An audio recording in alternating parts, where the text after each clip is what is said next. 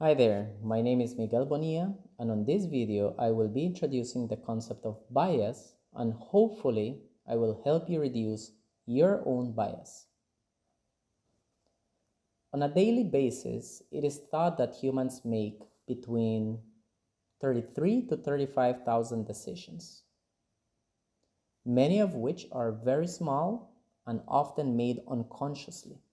This ranges from deciding what to wear, what to eat, and which routes we take to work. But this takes cognitive effort, and we have developed special shortcuts to lessen the mental burden that these decisions take. But these decisions, in many ways, um, leave us vulnerable to bias. And what is bias? Bias is, as the definition says, it is a preference or leaning towards a certain person, thing, or idea. It can be either positive or negative, but it often implies a preconceived opinion that is not necessarily factual or guided by reason or evidence. In this part of the video, I want to challenge you to identify some of your own biases. So how this works is I will tell you one word and I want you to write the first thing that comes to mind. The first word is government. The second word is success.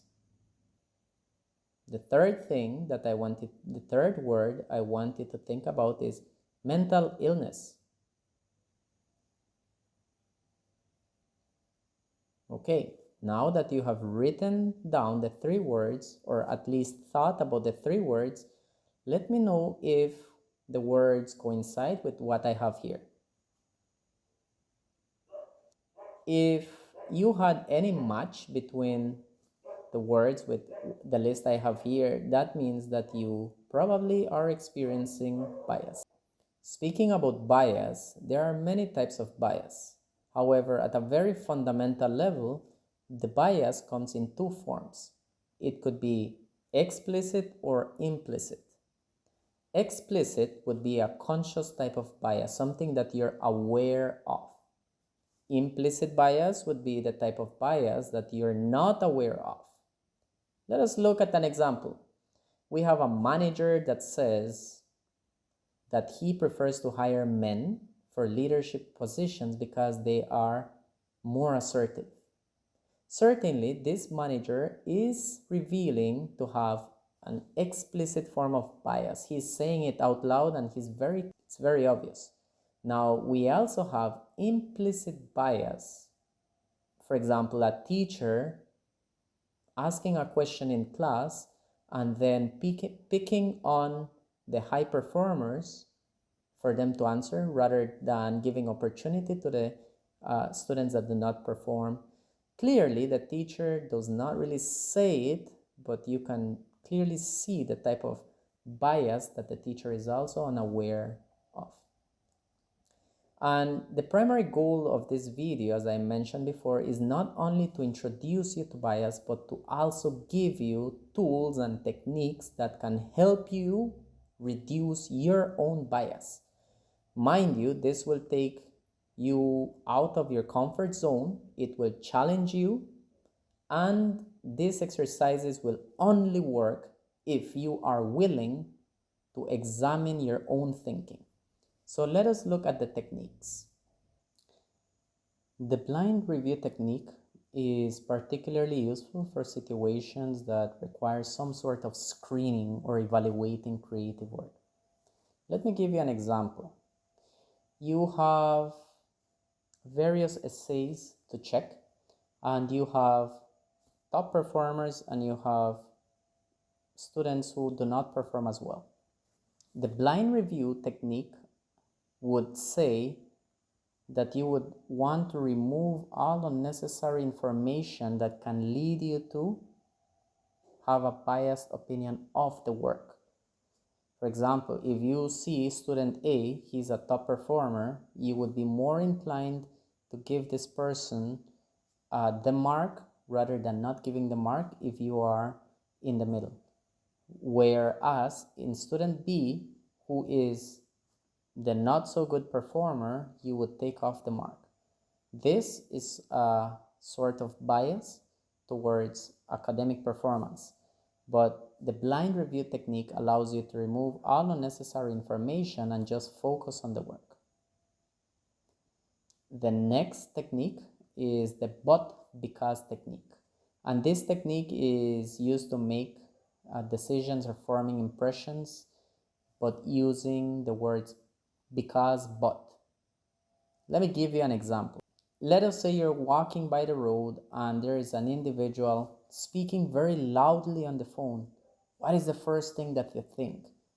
You might think, well, this person seems rude because he's speaking loud to the other person. So in this technique tells you, stop and assess whether your thinking is right. And so you would say something like, this person seems to be rude because they're arguing on the phone loudly, but maybe they have very bad reception or they cannot hear as well, and therefore they're speaking very loudly. So this gives you the opportunity to reassess your thinking rather than just making a biased opinion right off the bat. The third technique that we want to talk about is a double standard check. And this technique allows you to self-check yourself in everyday situations. What this means is that you will always be asking yourself, would I be judging this person differently if it were someone else? Let me give you an example. You go to the market and you're observing this person who is selling beautiful carvings.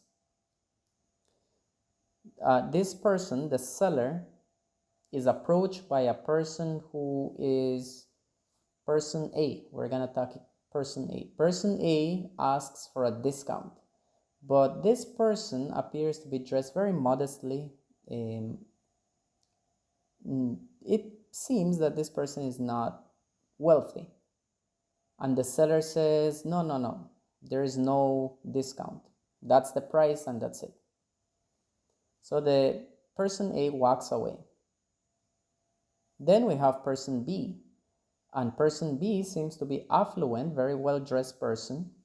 And the vendor says,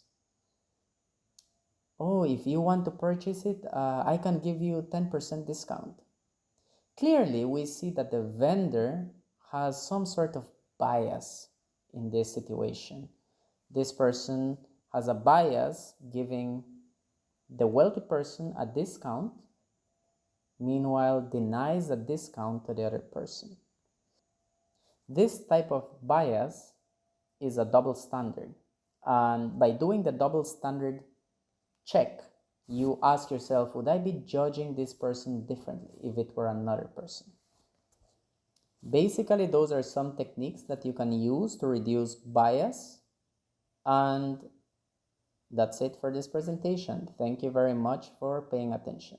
Have a blessed rest of the day.